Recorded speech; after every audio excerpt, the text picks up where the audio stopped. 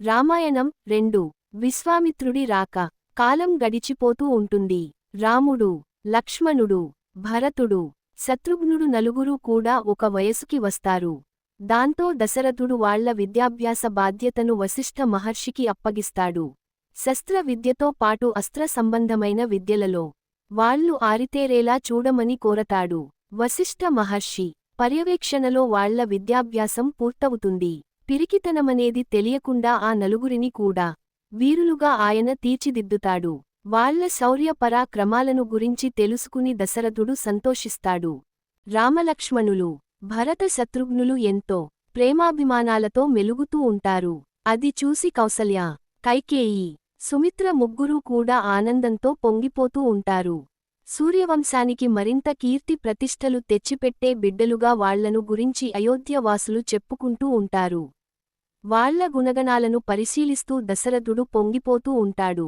వాళ్లను గురించి మహర్షులు చెప్పే అభిప్రాయాలు వింటూ సంతోషంతో మురిసిపోతూ ఉంటాడు. అలా అయోధ్యలో రోజులు ఎంతో ఆనందంగా, ఆహ్లాదంగా సాగిపోతూ ఉంటాయి. ఒక రోజున దశరథ మహారాజు సభలో ఉండగా విశ్వామిత్ర మహర్షి అక్కడికి వస్తాడు.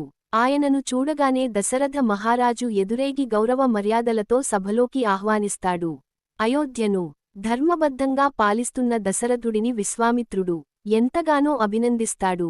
దశరథుడి మంచితనం కారణంగానే ప్రజలందరికీ సుభిక్షమైన పాలన అందుతుందని చెబుతాడు. విశ్వామిత్రుడు తన పాలనను మెచ్చుకోవడం పట్ల దశరథుడు ఆనందాన్ని వ్యక్తం చేస్తాడు. మహర్షుల దీవెనలే అందుకు కారణమంటూ తన వినయ విధేయతలు చాటుకుంటాడు. విశ్వామిత్రుడు తలపెట్టిన యజ్ఞయాగాల గురించి అడుగుతాడు దశరథుడు. ఆ విషయాన్ని గురించి మాట్లాడటానికే వచ్చానని అంటాడు విశ్వామిత్రుడు.